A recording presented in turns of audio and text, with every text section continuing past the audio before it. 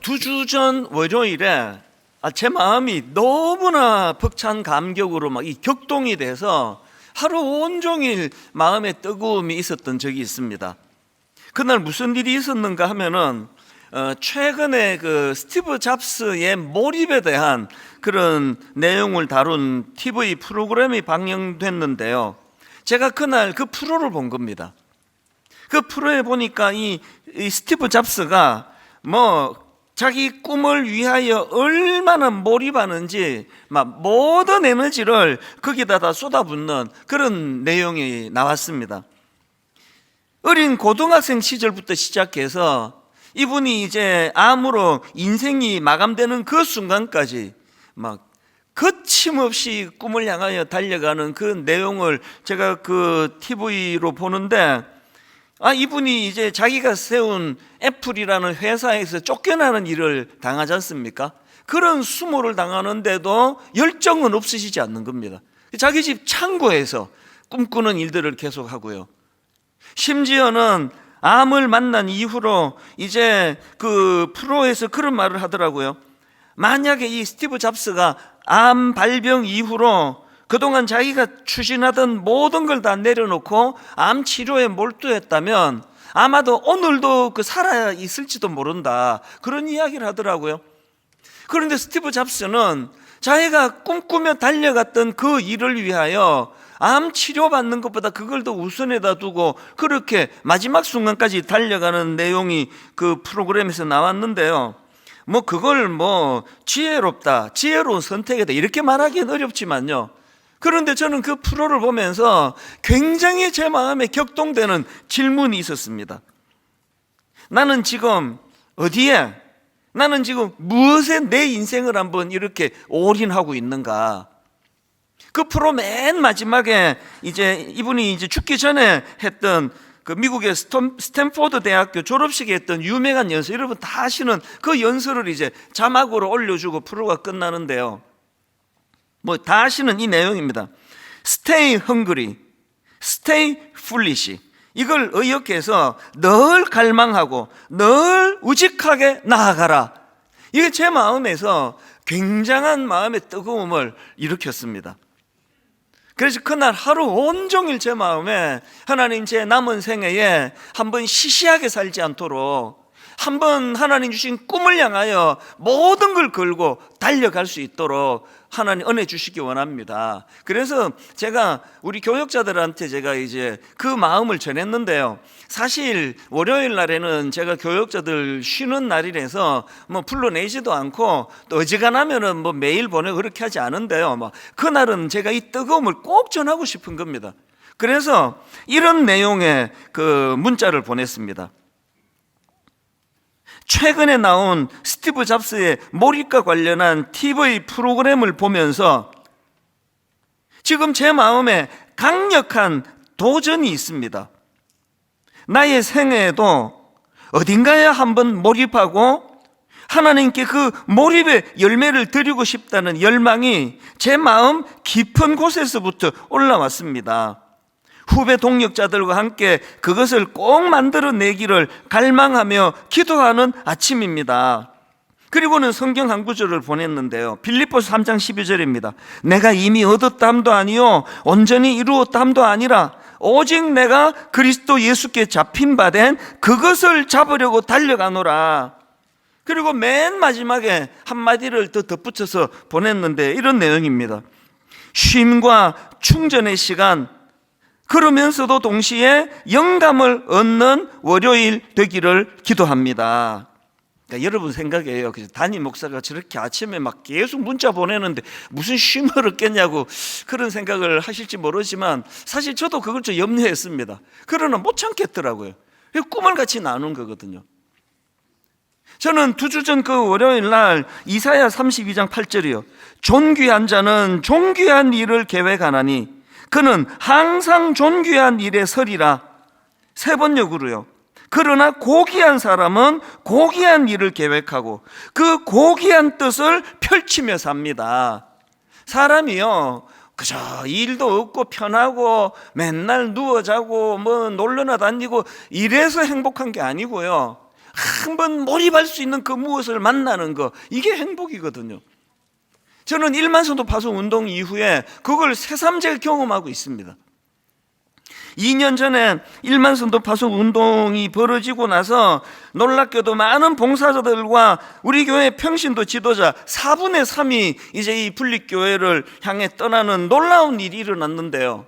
사실 저는 그 이후로 너무너무 힘든 시간을 보내고 있었습니다.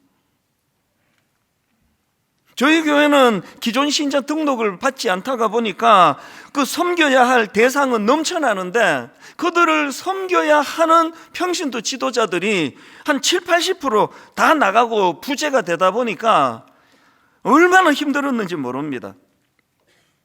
만약에 분당 우리 교회가 1만 성도 파송 운동을 하지 않고 그 너무나 놀랍게 섬기던 성숙한 평신도 지도자들이 다 지금 안 떠나시고 여기 계시다 그러면요, 제 목회에 할 일이 없을 것 같아요.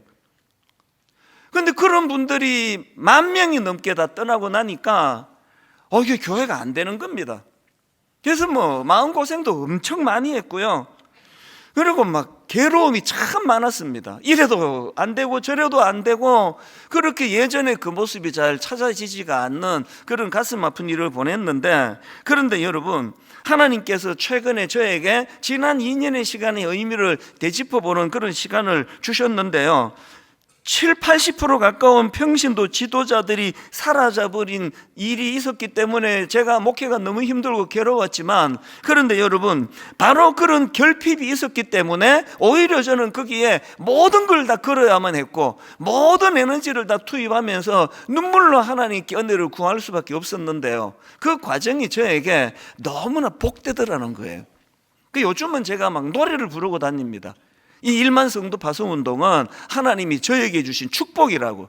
제 개인에게도 이 일이 있었기 때문에 나이가 들어가면도 다시 한번 열정을 회복하고 다시 한번 꿈을 꾸고 다시 한번 하나님께, 정말 작년 가을에는요, 눈물로 하나님께 정말 때를 썼습니다. 종은 쓰임새인데 종에게 하나님 한번 쓰임새를 허락해 주셔서 분당 우리 교회가 예전에 1만 성도 파송 운동 이전에 그 모습으로 하나님 다시 한번 은혜를 허락하여 주시기 원합니다.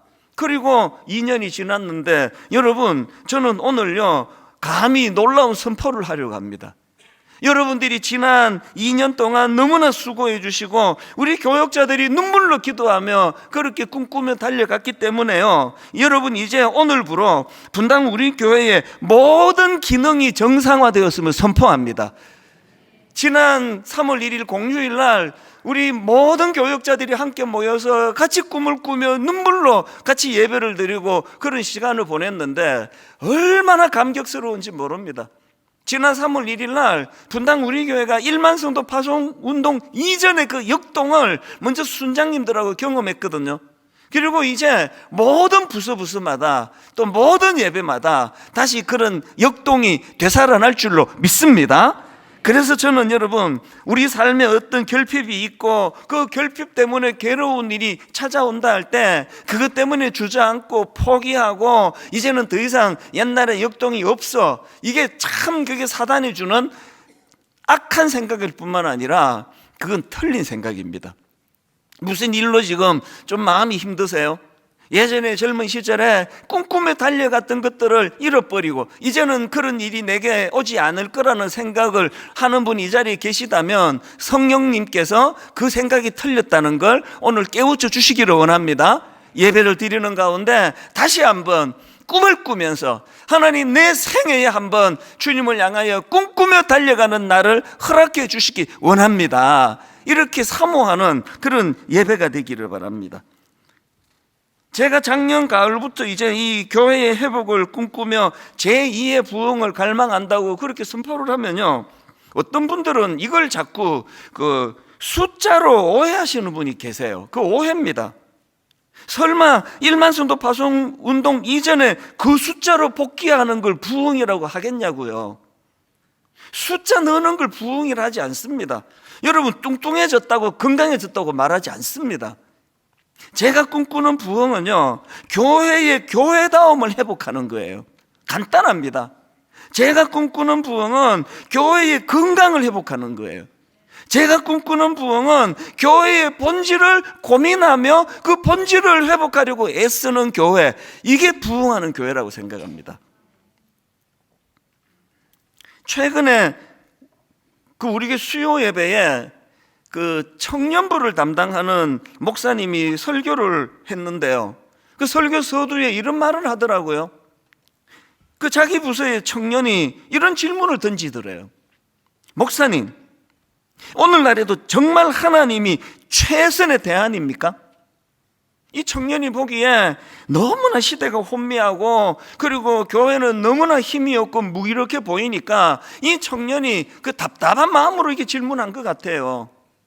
이렇게 혼란한 이 시대에 여전히 하나님이 대안이십니까? 정말 하나님이 최선의 대안이십니까? 저는 그 설교를 들으면서 마음에 굉장한 도전을 느꼈습니다. 오늘 우리 교회 청년들이 참 교회의 현실을 아파하면서 이런 질문을 던진다 할 때 우리 어른들이 자신 있게 그렇다, 내가 경험하고 내가 만난 바로는 여전히 하나님이 대안이시다, 대안 맞다, 이렇게 말해주는 어른들이 모인 교회가 그 교회가 건강한 교회 아니겠습니까? 우리가 꿈꾸는 교회가 이런 교회가 되기를 원한다는 거죠.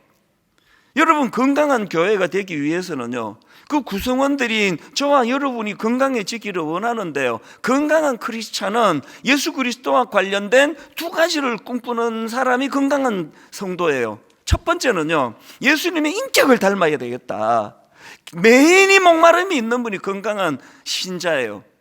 내가 그리스도를 닮아가려고 내 목마름을 가지고 주님, 내 이 부족한 인격을 주님 교정해 주시기 원합니다. 주님의 인격을 닮으려고 애쓰는 그분이 건강한 신자고요. 또 그런가 하면은 성격만 좋아지고 인격만 좋아져서 되는 게 아니고요, 예수 그리스도가 이 어두운 시대에 행하고자 하셨던 사역이요, 주님이 행하셨던 그 사역을 우리 교회가 이어받기 원합니다. 분당 우리 교회는 주님이 행하셨던 그 사역을 계승받기를 원합니다. 이런 꿈을 꾸는 성도들이 모인 교회가 그 교회가 부흥하는 교회거든요. 이런 점에서 저는 오늘 본문 말씀을 굉장히 중요하게 생각하고 이 본문 말씀을 많이 묵상을 했습니다. 필사를 하고요, 이 말씀을 가지고 묵상하고 하면서 제 마음에 예수님이 이 땅에서 행하신 이 사역 세 가지를 담고 있는 오늘 본문 말씀을 굉장히 마음에 오래 담고 있었는데, 자, 오늘 본문 마태복음 4장 23절이 왜 중요하냐? 이 본문에는요, 예수님이 행하신 사역 세 가지를 요약하고 있기 때문이에요. 세 가지로 요약이 되는데요, 자, 23절입니다. 예수께서 온 갈릴리에 두루다니사 그들의 회당에서 첫째 가르치시며, 이게 주님이 하신 일의 첫 번째 요약이에요. 그런가 하면 두 번째로 천국 복음을 전파하시며, 세 번째로 백성 중에 모든 병과 모든 약한 것을 고치시니예요. 가르치시며 전파하시며 고치시니, 이게 예수님의 세 가지 사역을 요약해 놓은 겁니다.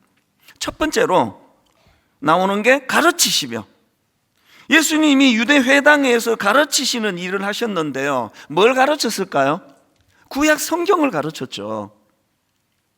새 시대를 열러 이 땅에 오신 예수 그리스도께서 구약 성경을 가르치시면서 이제 주님이 이루어 가실 새로운 시대에 그 성경이 어떻게 해석되어져야 되는가, 그걸 가르치신 거죠. 그 다음에 주님이 하신 두 번째 일이 천국 복음을 전파하시며, 이거거든요. 여러분, 이 23절에 나오는 천국 복음을 그 헬라어 원어 그대로 직역을 하면 이 천국 복음은 그 나라의 복음이에요. 그 나라의 복음을 전파하시며, 여러분, 우리는요, 몸은 이 땅에 발을 딛고 살아가지만 우리의 소속은, 우리의 가치관은 그 나라에 있습니다.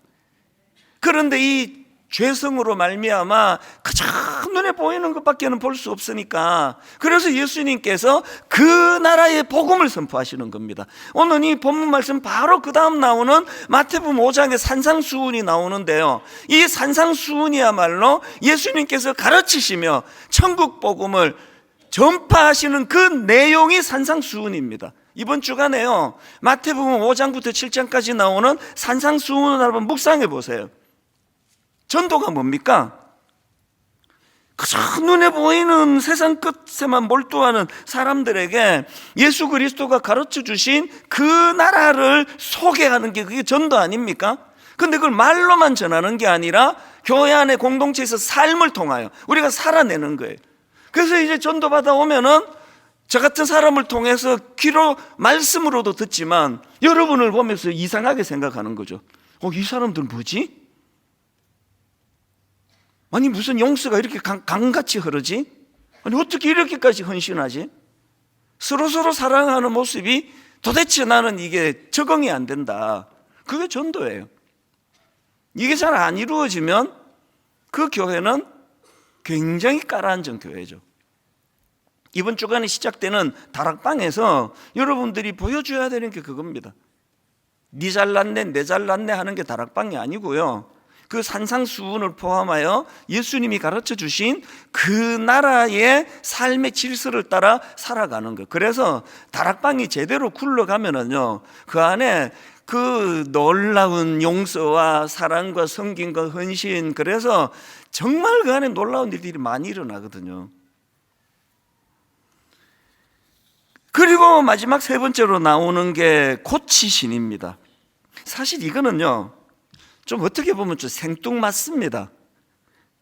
오늘 본문 바로 앞에 마태복음 4장 17절에 보면은 이때부터 예수께서 비로소 전파하여 이르시되 회개하라 천국이 가까이 왔느니라 하시더라. 이제 공생애를 시작하신 예수님이 이런 목적을 가지고 지금 가르치시는 거, 또 그 나라의 복음을 전파하시는 거는 당연히 이루어지는 일인데요, 아니 어떻게 모든 병과 약한 것을 고쳐주시는 일은, 이건 좀 다른 이야기잖아요. 그리고 뭐 그때나 지금이나 사람들은 전부 그냥 눈에 보이는 이런 것밖에는 못 보기 때문에 어떤 현상에만 더 주목하지 않습니까? 예수님 당시도 마찬가지예요. 예수님이 많은 병자들을 고쳐주시니까요, 그 놀라운 천국 복음이 선포되고 주님이 말씀 가르치시는 데는 관심이 별로 없고 전부 병 고치는 데만 집중해가지고 부작용이 24절에서 일어납니다. 그 다음 24절 보십시오. 그의 소문, 예수님입니다. 그의 소문이 온 수리아에 퍼진지라 사람들이 모든 앓는 자 곧 각종 병에 걸려서 고통하는 자, 고통당하는 자, 귀신 들린 자, 간질하는 자, 중풍병자들을 데려오니. 아니 지금 예수님은 가르쳐야 되는데, 아니 예수님은 지금 천국 복음을 선포해야 되는데 막 병자들만 막 계속 데리고 오는 거 아닙니까? 제가 이 병 고치는 은사가 없는 게 얼마나 다행인지 몰라요. 조용히 말씀 듣는 거잖아요. 저 사람은 병은 못 고쳐. 그래가지고 말씀이나 들어야 돼. 그래서 이렇게 말씀을 잘 전하는 거 아닙니까? 여기 지금 막 휠체어 타고 막 덜끝에 실려가지고 막 여기도 올라오고 막 설교하는데 일로 와가지고 막 병 고쳐달라고 그러고 이런 일이 22년 동안 한 번도 없었습니다. 할렐루야. 예수님은 지금 이 말씀을 가르쳐야 되고 천국 복음을 선포해야 되는데 막 온 동네 병자들 지금 다 몰려와가지고 제가 좀 흥분을 했습니다. 이 말씀이 잘 안 전해질 정도예요. 예수는 왜 이러셨냐고요. 제가 이런 질문을 가지고 이 본문 말씀을 묵상하다가요, 아주 흥미로운 성경 구절 하나를 발견했습니다. 마태복음 9장 35절인데요 오늘 본문 마태복음 4장과 똑같은 내용이 한 번 더 반복이 되더라고요. 예수께서 모든 도시와 마을에 두루 다니사 그들의 회당에서 첫째 가르치시며, 둘째 천국 복음을 전파하시며, 셋째 모든 병과 모든 약한 것을 고치시니라. 이게 지금 오늘 본문 마태복음 4장과 똑같은 내용이 나오는데요, 그런데 9장에서는 왜 그렇게 하셨는지에 대한 부연 설명이 나옵니다.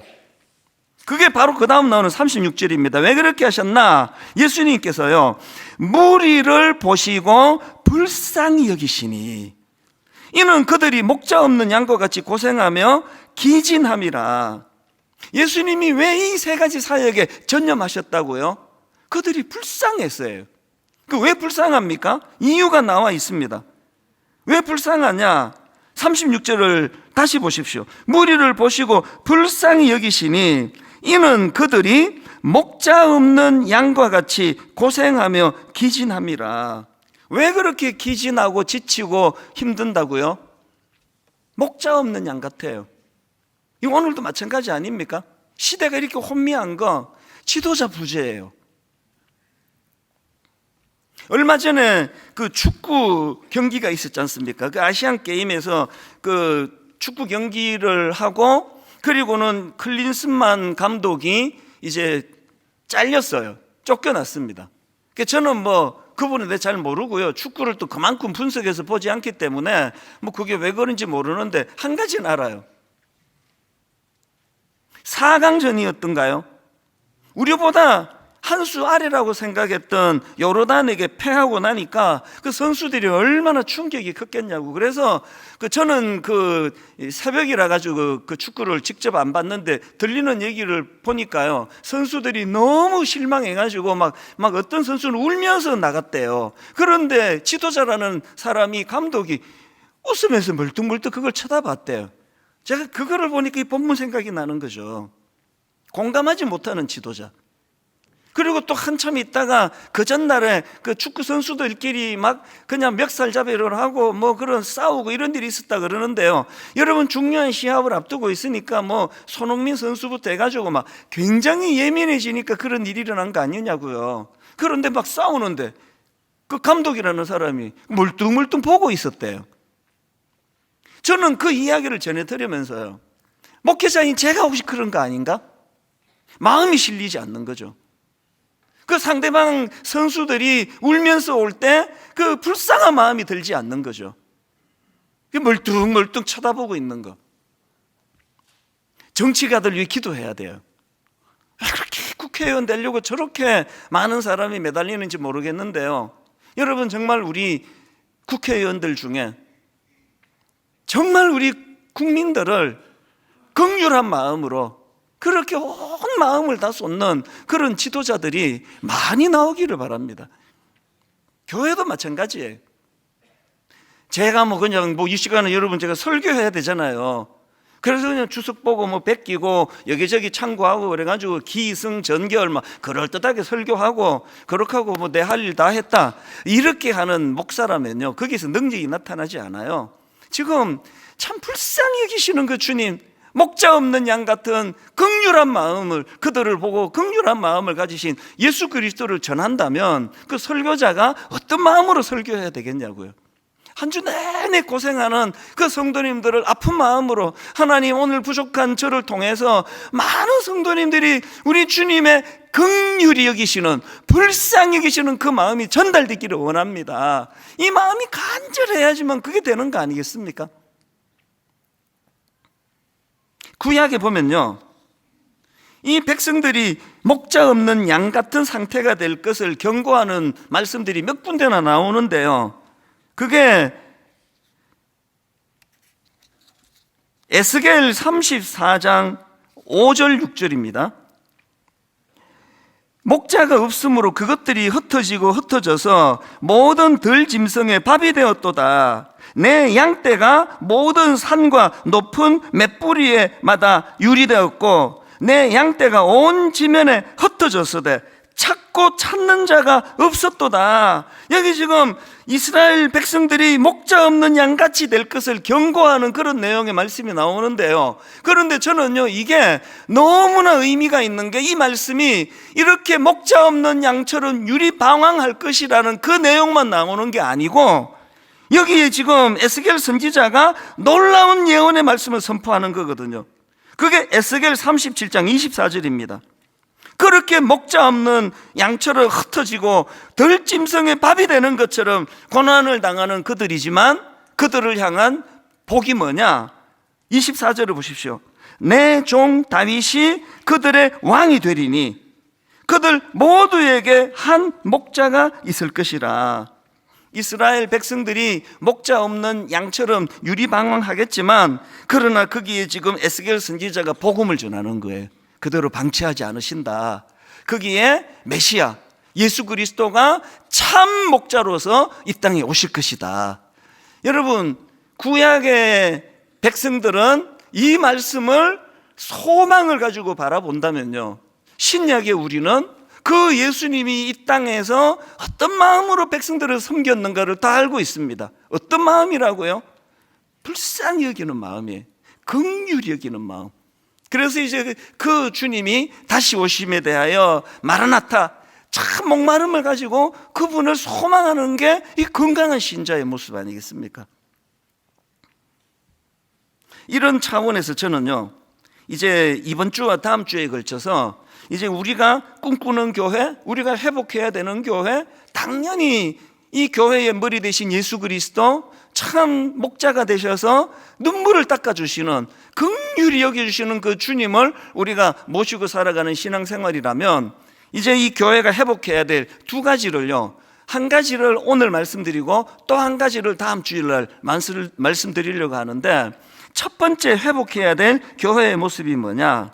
예수님의 긍휼하심을 회복하는 교회예요. 한번 따라 선포해 보시겠습니까? 예수님의 긍휼하심. 예수님의 긍휼하심. 이 예수님의 행적을 담은 사복음서를 보면은요, 그 주님의 사역 밑바닥에 늘 이 긍휼하심이 그 바닥에 흐르고 있다는 것을 알 수가 있습니다. 우리가 잘 아는 오병이어의 기적도요, 그 기적이 어떻게 해서 일어났느냐? 마태복음 14장에 보면은 예수님에 대한 소문을 듣고 막 많은 사람들이 예수님에게로 몰려옵니다. 남자 장정만 한 5,000명 모였으니까요, 여성하고 아이들까지 합치면 10,000명이 넘는 사람들이 모여든 거예요. 그들에게 예수님이 가르치시고 천국 복음, 그 나라의 복음을 전파하시는 게 주님의 역할인데, 사실 밥 먹이는 것까지는 예수님 책임이 아니잖아요. 그래서 이제 그 과정에서 제자들이 이런 말을 합니다. 마태복음 14장 15절인데 세 번역입니다. 저녁 때가 되니 제자들이 예수께 다가와서 말했다. 여기는 빈들이고 날도 이미 저물었습니다. 그러니 무리를 헤쳐보내어 제각기 먹을 것을 사 먹게 마을로 보내시는 것이 좋겠습니다. 설교 좀 짧게 하라는 얘기죠. 밥 먹을 시간이 되니까 이 많은 사람들이 이제 빨리 집에 가서 이제 밥을 먹어야 되는 거 아니겠습니까? 그랬더니 예수님이 생뚱맞은 말씀을 하십니다. 16절을 보십시오. 예수께서 그들에게 말씀하셨다. 그들이 물러갈 필요 없다. 너희가 그들에게 먹을 것을 주어라. 그래, 너무 당황해가지고 제자들이 한 말이 이겁니다. 우리에게 있는 것이라고는 빵 5개와 물고기 2마리밖에 없습니다. 그래서 예수님이 베푸신 기적을 빵 5개와 물고기 2마리의 기적, 오병이어의 기적이라고 그러는 거거든요.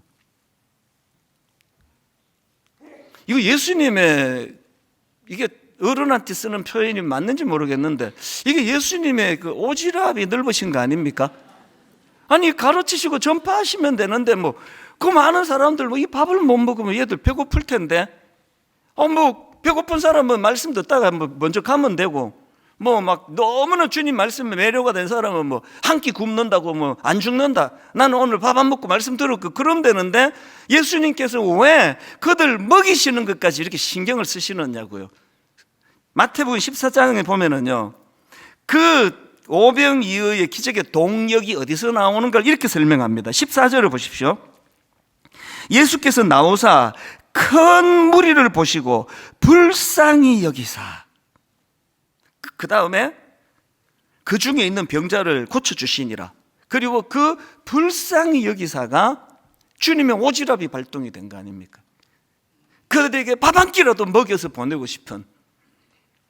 그래서 저는 이 말씀을 묵상을 하면서요, 이야, 이게 목회적으로 그 섬세하지 못한 것도 이게 목사들은 죄가 될 수 있겠구나. 이 둔한 것도 이게 하나님 앞에서는 이게 부끄러움이 될 수 있겠구나. 주님이 왜 이렇게 섬세하셨어요? 왜 이렇게 섬세하셨냐 하니까 그들을 불쌍히 여기시니까요. 그들이 너무 안쓰러우시니까요. 그래서 여러분, 건강한 교회가 되기 위해서는요, 우리 교회가 다시 한번 부흥을 꿈꾸고 싶으시다면 이 주님의 이 성품과 관련해서 두 가지를 기억하셔야 됩니다. 교회는요, 바로 이 예수님의 긍휼을 경험하는 곳이에요. 매 예배 때마다 참 누구에게 이야기를 해도 클린스만 감독 같은 지도자밖에 없는 참 이런 가슴 아픈 세상에서 누가 내에게 귀를 기울여 줍니까? 누가 나한테 관심을 가집니까? 그런데 주님은 우리를 불쌍히 보시는 거예요. 20대 초반에 제가 저를 불쌍하게 보시는 그 은혜를 경험했기 때문에 내 인생의 궤도가 바뀌고 진로가 바뀌고 이 자리에 서게 된 거거든요. 매 예배 때마다 교회에서의 모임마다 우리 예수님의 긍휼히 여겨주심을 맛보기 위하여 몸부림치는 여러분 되시기를 바랍니다. 그런가 하면 또 하나, 내가 그 긍휼을 받았다면 나도 누군가에게 그 긍휼을 베푸는 거예요. 사랑의 선순환. 건강한 교회는요, 주님의 불쌍 여기심이 많이 경험이 되어지고, 그리고 그 경험으로 서로 사랑하는 교회예요. 이제 다락방이 이제 이번 주에 시작이 되는데, 여러분 다락방 다녀와가지고 농담으로라도 이런 얘기 하시면 안 됩니다. 이거 다락방 갔더니 내 실망했다.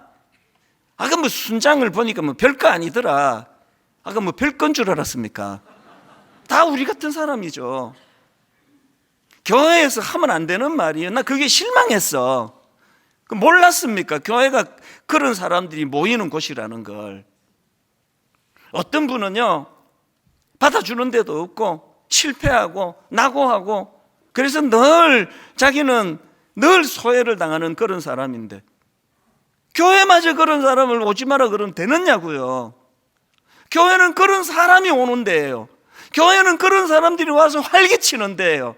다락방 가가지고 보니까 그 조금 모자라는 사람이 뭐 그렇게 설치고 다니는 거 보면은 내가 실망해서 그러지 말고, 교회가 이런 데구나. 저런 사람도 기죽지 않고 막 활기를 치도록 배려해 주는 것이구나. 그리고 여러분 다락방 가서 쓱 보니까 막 전부 시시해 보이면 똑똑한 여러분이 같잖아요. 똑똑한 여러분이 어떻게 해보시라고요. 교회는요, 불쌍히 여기는 데예요. 담임 목사는 부교역자가 불쌍하고, 부교역자는 담임 목사가 불쌍하고, 우리 부목사님들 꽤 제가 불쌍하다는 사람이 있어요. 목사님을 보면은 진짜 불쌍하대요. 할 일이 너무 많은데 제가 감당도 못하겠고, 그래서 늘 그것 갖고 버벅버벅거리니까 젊은 목사님들이 불쌍하게 보이나 봐요. 저는 또 우리 부목사가 불쌍해요. 그때 그 수련회 가서 은혜 받을 때 한번 꿀꺽 삼켰으면 목사 안 돼도 되는데, 괜히 그때 내가 여기 있나다 나를 보내서서 그래가지고 목사가 돼가지고 저 죽을 고생을 하는 거 보니까 내가 니나 내나 참 못 참는 게 문제다.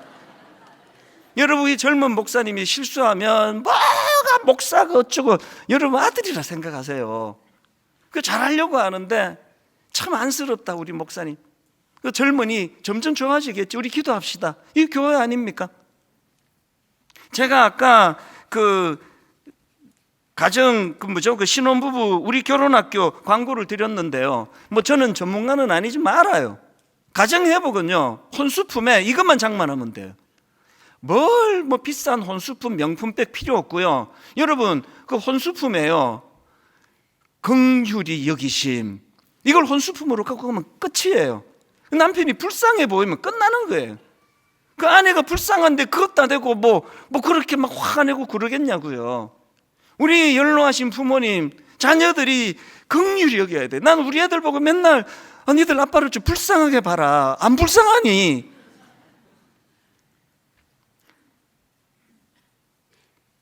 연로에 가시는 부모님을 보면서요, 우리가 어릴 때 저렇게 담력 있게 우리를 키우신 부모님이 점점 힘이 빠져가시는 거, 그 불쌍히 봐야 돼요. 부모가 자식을. 지난 3월 1일에 순장 수련회 공휴일날 고맙게 거의 대부분의 순장님들이 오셔가지고 축제 같은 시간을 보냈는데요, 제가 첫 번째 설교 서론을 이렇게 시작했습니다. 지금 개강을 앞두고 있으니까 많은 순장님들이 불안해하고 또 오래 순장하신 분들은 지금 지쳐 계시고, 그래서 신임 순장님들은 막 불안해서 잠이 안 온다 그런 이야기를 제가 듣는데, 사랑하는 순장님들 제 얘기 좀 들어보세요. 내가 우리 순장님들의 불안과 두려움을 없애드리기 위하여 내 시 한 편을 읽어드리겠습니다. 그리고는요, 정현종 시인의 방문객이라는 시를 제가 읽어드렸습니다. 여러분에게도 제가 읽어드릴게요. 사람이 온다는 건 실은 어마어마한 일이다. 그는 그의 과거와 현재와 그리고 그의 미래와 함께 오기 때문이다. 한 사람의 일생이 오기 때문이다. 부서지기 쉬운, 그래서 부서지기도 했을 마음이 오는 것이다. 그 갈피를 아마 바람은 더듬어 볼 수 있을 마음, 내 마음이 그런 바람을 흉내낸다면 필경 환대가 될 것이다. 뭐 어떤 일 하는 게 순장이라고요? 부서지기 쉬운, 그래서 부서지기도 했을 그 상한 마음을 가지고 순원들이 찾아올 때 바람처럼 그걸 용납해주고 그거를 이해해주고, 그래서 필경 환대해주는 거예요. 저희 교회에서요, 목사님을 만나 대화하다 보면은 그 분당 우리 교회에 유명한 이런 분이 계시다면서요. 근데 처음 들어요, 그분을. 뭐 유명한 연예인이 이 교회 다니는데 다 그런데요. 그럼 제가 그 목사님께 물어요. 그 연예인이 우리 교회 다닌대요? 제가 왜 모를까요? 왜 유명한 사회에 이름 되면 아는 유명한 분이 우리 교회 다니는 거 내가 왜 모르고 있을까요? 안 찾았으니까요. 그리고 유명한 사람만 찾아가지고 내 특별 관리하고 그분들과 만나고 맨날 식사하고 안 그랬으니까요. 교회는 그런 곳이 아니니까요. 교회는 그런 유명한 사람이고 무명한 사람이고 이런 걸 구분짓지 않는 곳이니까요. 저는 우리 교회의 장로님 어느 대학 나왔는지 10명에 1명, 2명 알까요? 우연히 이야기하다가 튀어나와서 아는 거 말고는 우리 교회 장로님들 어느 대학 나왔는지 무슨 과 진짜 모릅니다. 그걸 내가 왜 알아야 되느냐고요. 무슨 대학 나온 그게 교회에 필요하냐고요. 가장 긍휼한 거죠. 나도 불쌍하고 저분도 불쌍하고 긍휼한 마음으로 오늘의 말씀을 저는 이렇게 맺기를 원합니다. 우리 여러분 한번 꿈꾸시자고요. 베드로전서 4장 7절 8절입니다. 만물의 마지막이 가까이 왔으니 그러므로 너희는 정신을 차리고 건신하여 기도하라. 무엇보다도 뜨겁게 서로 사랑할지니. 어느 정도 뜨겁게 사랑합니까? 사랑은 허다한 죄를 덮느니라. 다락방이 오픈이 되고 교회에 역동이 일어나고 이제 저희가 일만수도 파송 운동 이전보다도 더 하나님의 긍휼하심을 구하면서, 그래서 예배를 드리고 나면 참 나 같은 죄인도 용서받을 수 없는 나 같은 것도 회복이 가능한 거구나, 그 감격을 가지고 나도 누군가를 용서하고 용납하고 사랑하면서 이 사랑의 선순환이 흘러넘치는 교회가 되기를 주님 이름으로 축원합니다. 여러분, 오늘 이 말씀을 가지고요, 이 찬양 제목이 원하고 바라고 기도합니다예요. 이 세상을 살아가는 동안에 나의 힘을 의지할 수 없나니 기도하고 낙심하지 말 것은 주께서 참 소망이 되심이라. 후렴이 이렇습니다. 하나님의 꿈이 나의 비전이 되고 예수님의 성품이 나의 인격이 되고, 그 다음 가사를 보세요. 성령님의 능력이 나의 능력이 되길 원하고 바라고 기도합니다. 오해하지 마십시오. 여기 나오는 성령의 능력이 파워가 아니에요. 상대방을 제압하고 상대방을 압도하는 그런 성령님의 능력을 구하는 게 아니라, 긍휼히 여기는 마음이 내 안에 잘 일어나지 않기 때문에 하나님, 저에게 예수님의 그 긍휼로 덧입기를 원합니다. 그 능력을 허락해 주시기 원합니다. 우리 가사를 생각하시면서 하나님 이 말씀을 기억하시면서 찬양합니다. 이 세상을 살아가는 동안에 나의 힘을 의지할 수 없으니 기도하고 낙심하지 말 것은 주께서 참 소망이 되심이라. 여러분 다시 한번 힘을 얻어 이렇게 선포합니다. 이 세상을 살아가는 동안에 여러분 많이 지쳐 계세요? 나의 힘을 의지할 수 없으니 기도하고 낙심하지 말 것은 주께서 참 소망이 되심이라. 한번 몰입하여 내 인생에 몰두하여 하나님의 꿈이 나의 비전이 되고 예수님의 성품이 나의 인격이 되고 성령님의 권능이 나의 능력이 되기 원하고 바라고 기도합니다. 여러분 이 마음에 정말 이 소원을 담고 기도하면 좋겠습니다. 먼저는 하나님, 저는 참 초라합니다. 어떻게 마음을 담아가지고 달려간 젊은 시절도 있었지만 이루어진 게 없습니다. 나이는 들어가고. 그래서 하나님, 저는 스티브 잡스가 가지고 있던 암하고 이거 다 내려놓고 암 투병하면은 생명이 연장되는 이런 걸 잊어버릴 정도로 몰두하며 달리는 그런 부류의 사람이 아닙니다. 그래서 우리가 초라하고 때로는 나 자신이 참 한심하게 느껴지는데요. 여러분, 우리 삶의 에너지는 우리 안에서 그렇게 나오는 게 아니고요, 이런 우리를 불쌍하게 보시는, 이런 우리를 긍휼히 보시는 예수 그리스도를 인식하는 데서부터 일어나는 거예요. 그리고 나도 이제 그 긍휼에 덧입어서 참 남편을 보고 아내를 보면 인간과 인간이 결혼했는데 마음에 쏙 드는 경우가 어디 있겠습니까? 긍휼히 여기면서 참 상대방을 위하여 주님의 마음으로 위로해 주면서 특별히 우리 어른들 부모님 위해 마음을 담아서 하나님, 우리 아버지 어머니 참 젊은 시절에 그 힘있던 모습이 다 사라져 가는데 하나님 긍휼히 여겨주시기 원합니다. 우리 아들, 딸 부모가 긍휼히 여겨주지 않으면 그 아이들이 설 땅이 없습니다. 우리 다시 한번 마음의 소원을 가지고 우리 2절 한번 이렇게 찬양하기 원합니다. 주의 길을 걸어가는 동안에,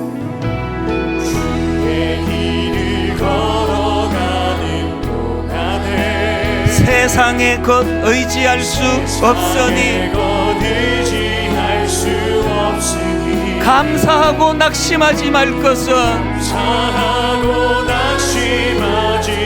주께서 참 기쁨이 되심이라. 여러분 다시 한번 힘을 얻어 이렇게 선포합니다. 하나님의 꿈이 나의 비전이 되고 예수님의 성품이 나의 인격이 되고 성령님의 권능이 나의 능력이 되기 원하고 바라고 기도합니다. 하나님의 꿈이 나의 비전이 되고 예수님의 성품이 나의 인격이 되고 성령님의 권능이 나의 능력이 되기 원하고 바라고 기도합니다. 눈을 들어 산을 보아라.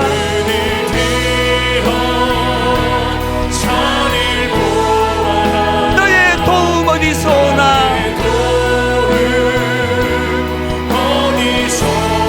천지 지으신 너를 만드신 여호와께로다. 우리 다 자리에서 일어나셔서 하나님은 너를 지키시는 자, 약하고 보잘것없는 우리 인생이지만 너의 우편에 그늘 되시니 낮의 해와 밤의 달도 너를 해치 못하니. 여러분, 이 사실을 기억하십시오. 하나님은 너를 지키시는 자. 여러분, 이 사실을 기억하십시오. 너의 환난을 면케하시니 그가 너를 지키시리라. 너의 출입을 지키시리라. 눈을 들어 산을 보아라. 산을 보아라. 너의 도움 어디서 오나?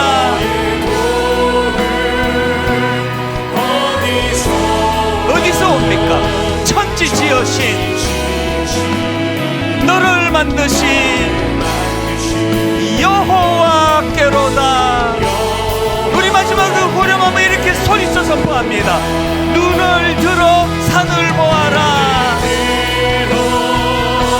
산을 보아라.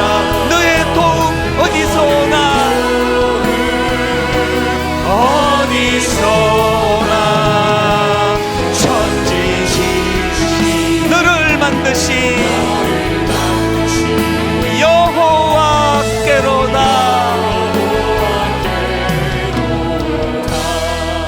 여러분, 이 두 가지 놓고 기도하시면 좋겠습니다. 서두에 말씀드렸던 것처럼 하나님, 스티브 잡스라는 저 사람은 자기가 가진 꿈을 발견하고 그것을 위하여 온 전부를 다 투자하고 지치지 않고 죽을 때까지 달려갔다는데 우리는 그런 에너지가 없습니다.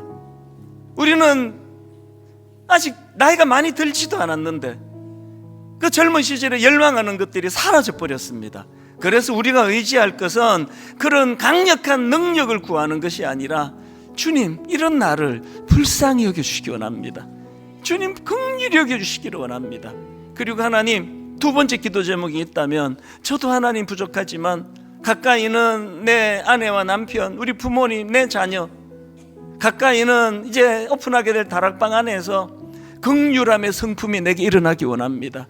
주님이 나를 불쌍히 여겨주셨듯이 나도 그 누군가를 불쌍히 여기는 마음을 주시기 원합니다. 오늘 주신 말씀 마음에 담고 소원을 가지고 하나님 앞에 통성으로 합심해서 기도하기 원합니다. 같이 기도하시겠습니다. 살아계신 하나님 아버지, 오늘 예배 가운데 하나님 은혜를 구합니다. 하나님, 우리 안에 열망하는 마음을 주시기 원합니다. 오늘 우리 안에 하나님을 향한 뜨거운 마음을 허락해 주시기 원합니다. 하나님 아버지, 우리 인생에 무언가에 몰입하고 몰두하는 마음을 허락해 주시기 원합니다. 하나님, 우리 모두가 다시 한번 주님이 우리를 긍휼히 주시는 그 마음으로 인하여 한 번 더 꿈꾸며 나아가는 하나님의 사람이 되게 하여 주시옵소서.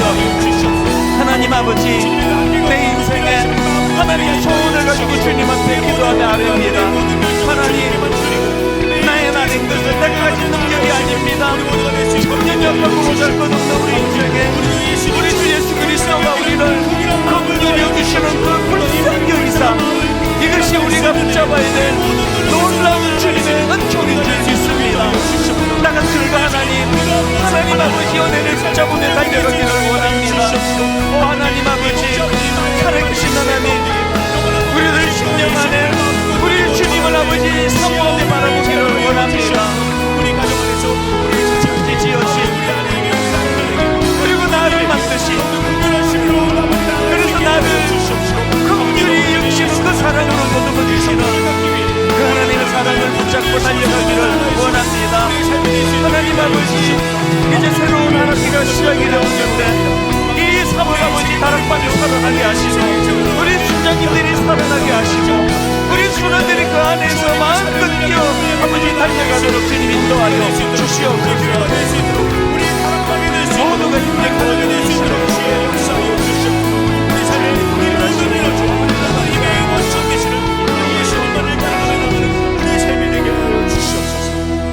하나님, 모두가 다 지쳐 있습니다. 하늘하고 밤낮없이 뛰어다니는데 손에 잡히는 게 없습니다. 하나님, 구약에서 예언했던 것처럼 목자가 없어서 방황하는 양들처럼 배회하는 그것이 오늘 우리들의 모습입니다.